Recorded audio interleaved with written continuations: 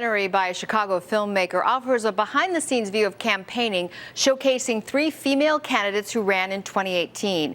One of those candidates ran for state representative in the Evanston area. And as our LeeAnn Trotter tells us, the film offers some interesting insight into the election process.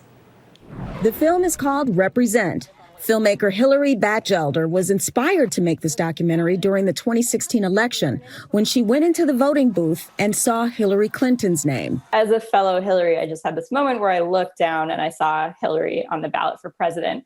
And it was that totally coincidental, superficial kind of representation. And then she started noticing a lot of momentum building around women in politics. It was mainly kind of from the Democratic side, but you saw the Women's March, you saw a huge swell of women who had never run for office before, were thinking about running for office. In the film, Batchelder focuses on 3 women running for office, all first-time office seekers, one in Detroit, Michigan, one in Ohio, and one in Evanston. Julie Cho, a Korean immigrant and conservative candidate, was running for state rep on the Republican ticket in the 18th district. I'm getting slammed left and right from both Democrats and Republicans at the time, and nobody was welcoming me anywhere. She knew it would be an uphill battle, especially because her district is predominantly Democrat.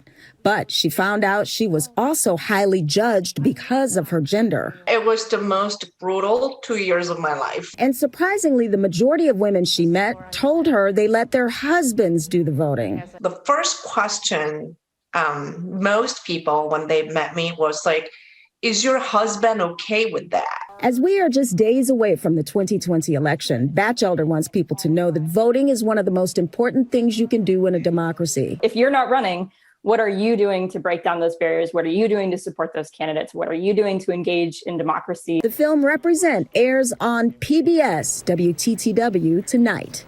LeeAnn Trotter, NBC5 News.